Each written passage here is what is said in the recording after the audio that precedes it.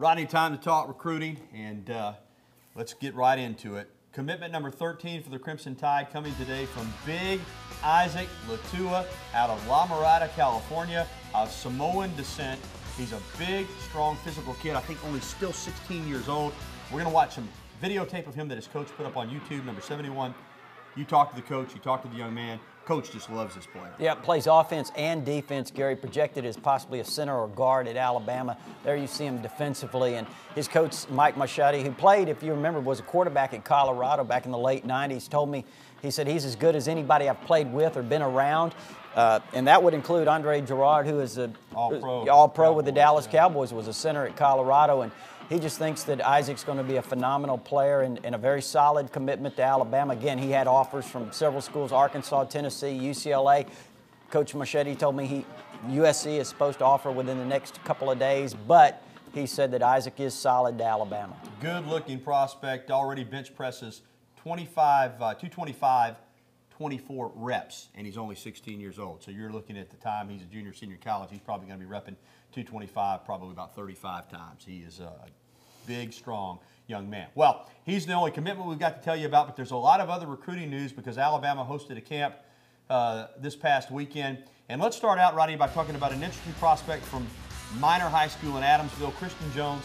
He grew up an Alabama fan, but Auburn has been the team that's really been on him hard, but I understand the Tide's extended an offer. Got a lot of offers, Tennessee, Florida, Auburn, Notre Dame. He's going to visit Notre Dame here soon.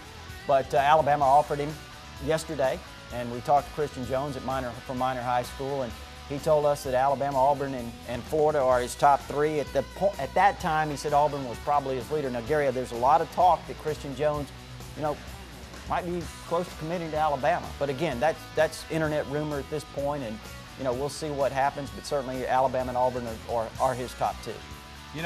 Alabama's had some success in Shreveport. Evangelical Christian High School, Jamario Rasco came to Alabama.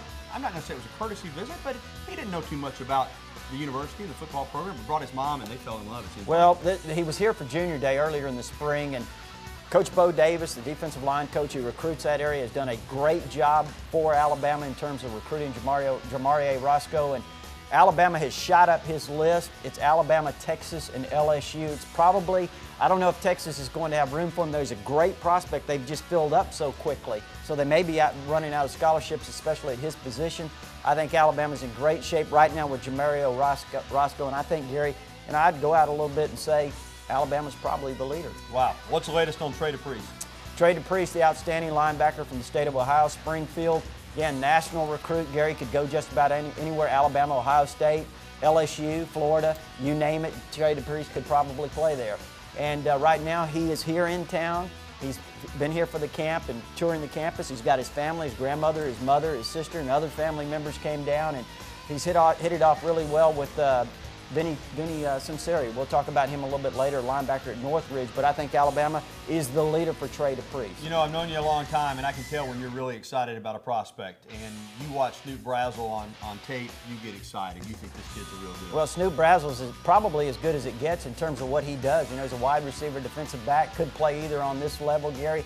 He is a great player on one of the great high school teams in the country, maybe the best, South Panola High School in Batesville, Mississippi.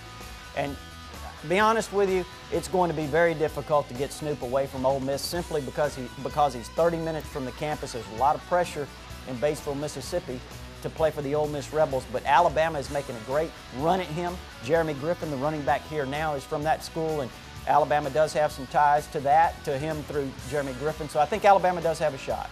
Normally, we would say that Alabama had a huge home town advantage with Vinny Sinceri from Northridge High School in Tuscaloosa. His dad, Sal Sinceri, an assistant coach on Nick Saban's defensive staff. But he and his family's roots run so deeply with the University of Pittsburgh that they're going to be tough competition for the Tide. No question about it. His dad went to Pitt, obviously was a star linebacker there. His mother went to Pitt. His brother is going to probably be the starting quarterback, I think, as a redshirt freshman next year at Pitt. So there are a lot of ties. Vinny spent last week in Pittsburgh on an unofficial visit, and his grandparents live there. So there are a tremendous amount of ties there to Pitt, but I think Alabama has a really good chance to land Vinny Sinceri, and he's a very solid football player, going to be his first year at Northridge High School. Real quickly, Rodney, a couple other prospects to touch on. We haven't talked much about Isaac Gross. Isaac Gross is a 2012, Gary. He's only going to be a junior next year, but he's going to be one of the top players in the state of Mississippi. There's no question about that.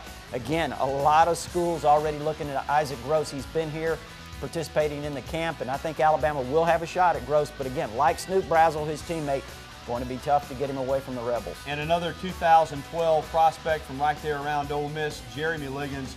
Now, his name has been out there for some time. Yep, we've been talking about Jeremy Liggins on TiderInsider.com quite a while. Another rising junior, Gary. Look at the size already. Great speed, probably 4.5, 4.6, something along that. But he can play a lot of different positions. He had 1,500 yards passing, 1,500 yards rushing last year as a sophomore in the state of Mississippi against some of the best competition they have. And they have a tremendous number of athletes, as you know, Gary. And from the same high school, by the way, that produced Jeffrey Dukes to Alabama, as well as Justin Woodall. Alabama very much the early leader for Jeremy Liggins. Good report, Rodney. Some great recruiting information there. Hope you enjoyed it. Okay, we've had some phone callers holding. Let's get to some phone calls. First up is Gary in Fayette County. Gary, welcome in. Gary, you with us? Yes. Yeah, go ahead, Gary.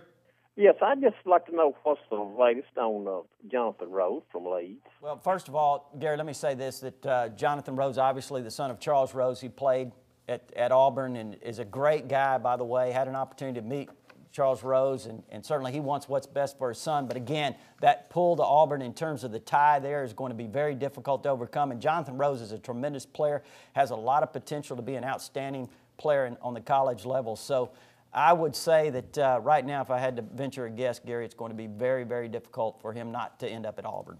All right, thanks for the phone call. 205-348-WVUA is the number if you want to get through. Let's talk to CB in Tuscaloosa. CB, welcome in. How are you?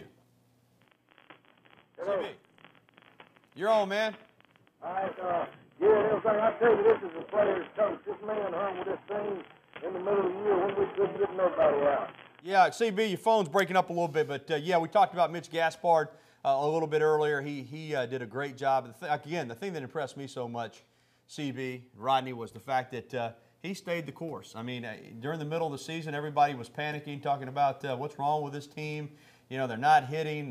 They're giving up late home runs to lose games. But I think he felt like he had a good ball club, and the last thing that he was going to do is panic. He kept the players calm, just said, keep doing what you're doing, it'll pay off, and it's paid off big time. Well, you know, we talk about Mitch Gaspard being his first year at Alabama, but let's be honest, he did a tremendous job at Northwestern State over in Louisiana. He's experienced, he's been through this type of thing before. He did a great job over there, and, you know, he knows what he's doing, and he's been here when he was at Alabama with all the great runs they had in the early 90s with Jim Wells, mid-90s. All right, time to do a little sponsor check here from some of our good sponsors here on Tider Insider TV. When we come back to more phone calls, again, the number 205-348-WVUA.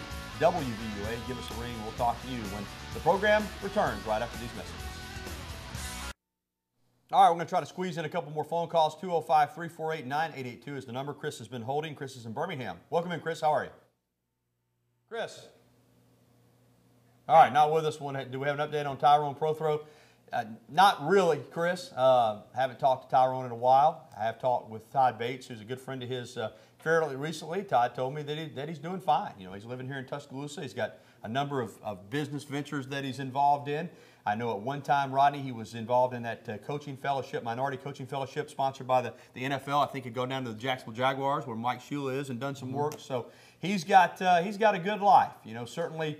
Football-wise, that was a disappointment, but he hasn't let it keep him down. He wrote a book, didn't he? Yeah, wrote a book too. That's right. What's the name of it? You know? I can't remember right now, but he's written a book. He's done a lot of good stuff. He's doing well. All right, let's go to Coleman and talk to Jeremy. Jeremy, welcome into the program. Hey, how you doing? Doing well.